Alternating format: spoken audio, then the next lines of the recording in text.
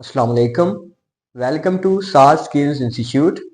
आज हमने benzene and structure of benzene को डिस्कस करना है। बेंजीन जो कि यूनिट है एरोमेटिक कंपाउंड्स का, हाइड्रोकार्बन्स का, aromatic hydrocarbons. Benzene was first discovered by Michael Faraday in 1825 in the gas that is produced from the destructive distillation of vegetable oils. Destructive distillation हमने chapter number 7 में देखी थी। It is a process in which an organic compound is subjected to heat in the absence of air. Next, वही benzene, उसी benzene को 1845 में भी Hoffmann ने ऑब्टेन किया कोल टार से। और कोल टार एक चीफ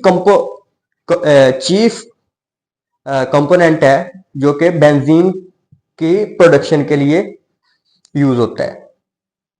और इस कोल टार में और भी डिफरेंट काइंड्स के एरोमेटिक कंपाउंड्स प्रेजेंट होते हैं। स्ट्रक्चर ऑफ बेंजीन,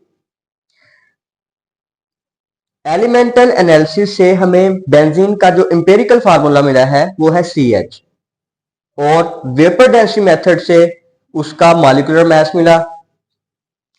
अब जो हम n की जो तादाद है वो निकालते हैं, वो कैसे कि जो मॉलिक्यूलर मास हो 87 और जो हमारा एम्पिरिकल मास हो कार्बन का 12 और हाइड्रोजन का 13, ये इसका एम्पिरिकल मास है।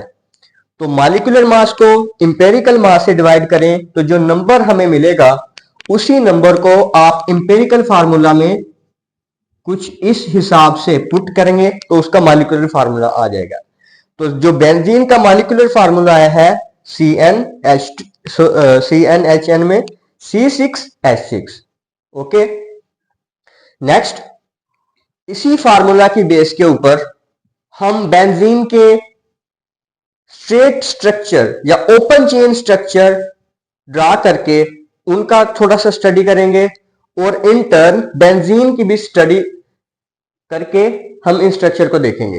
वेल, C6H6 जो है इसका हम फर्स्ट वे में स्ट्रक्चर अगर क्रिएट करना चाहें, कार्बन इसमें कितने हैं 1 2 3 4 5 6, हाइड्रोजन कितने हैं 1 3 5 एंड 6।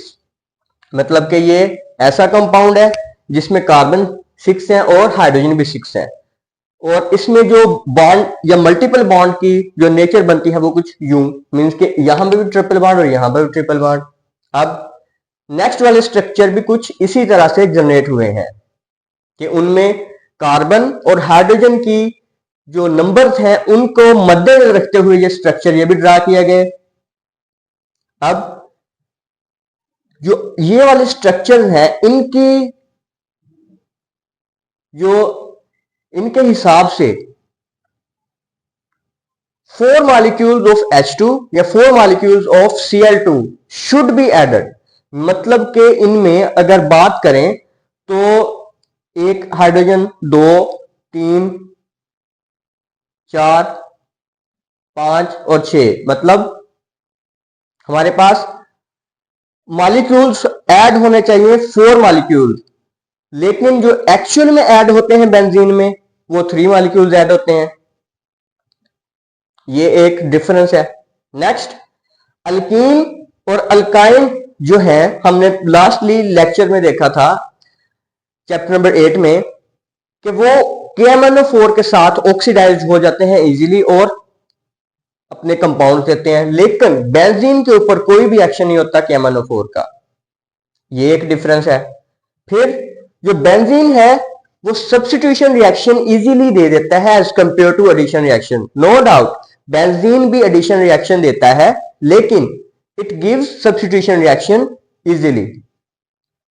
अब अगर इसी चेन स्ट्रक्चर को या ओपन चेन स्ट्रक्चर को हम देखें तो 1 ये 2 और ये 3, मतलब कि 3 तरह के मोनो सब्स्टिट्यूटेड प्रोडक्ट ऑब्टेन होने चाहिए अगर बेंजीन का ओपन स्ट्रक्चर है।